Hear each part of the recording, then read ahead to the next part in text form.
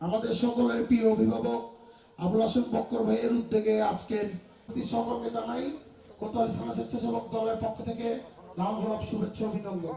চট্টগ্রাম মহানগর বিএনপির সাবেক সাধারণ সম্পাদক আবুল হাশেম বক্কর বলেছেন, জাতীয় ও আন্তর্জাতিক নানান চক্রান্তের মধ্য দিয়ে আমরা গণতন্ত্রের পথে হাঁটছি। গণতন্ত্রে যে আরও শর্ত আছে, অর্থাৎ সুষ্ঠু নির্বাচনের মাধ্যমে সেদিকেই হাঁটতে হবে।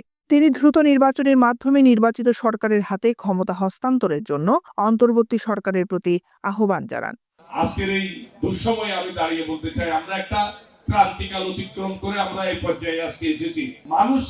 মানুষের জন্য বাংলাদেশ জাতীয়তাবাদী দলের প্রতিষ্ঠাতাকে, যিনি স্বাধীনতা যুদ্ধের মহান ঘোষক, যিনি বাংলাদেশকে একটি দুর্ভিক্ষ থেকে একটি সমৃদ্ধশালী বাংলাদেশে পরিণত করেছিলেন। ৭৪-এর দুর্ভিক্ষের কথা যাদের মনে আছে তারা বলতে পারবেন। আমাদের শহীদ জিয়ার এই আদর্শ সৈনিকেরা, বিএনপি যতবার ক্ষমতায় গিয়েছে সবসময় জনগণের কল্যাণে কাজ করেছে, সমাজের সুবিধা বঞ্চিত মানুষের মাঝে। তিনি বুধবার ৫ মার্চ বিকেলে নগরীর এনায়েত বাজার বাটালি রোডে বিএনপির ভারপ্রাপ্ত চেয়ারম্যান তারেক রহমানের নির্দেশনায় এনায়েত বাজার ওয়ার্ডে সুবিধা বঞ্চিত মানুষের মাঝে ইফতার ও সেহরি সামগ্রী বিতরণকালে প্রধান অতিথির বক্তব্যে এসব কথা বলেন।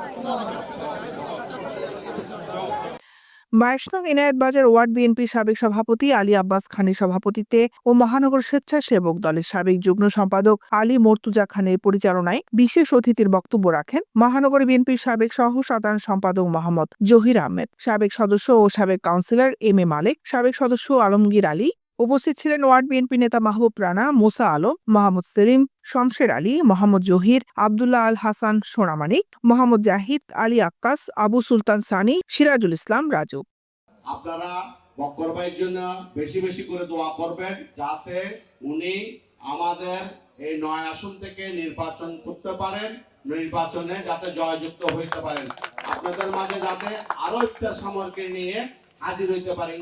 উনি যদি একটি পথ পায় তাহলে আরো বেশি বেশি করে আপনাদেরকে এই এলাকার সন্তান হিসাবে আপনাদের জন্য অনুদান আনবে।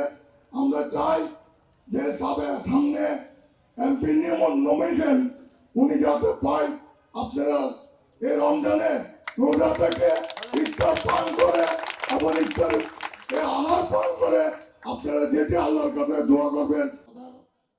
দৈনিক আজাদী নিউজ ডেস্ক।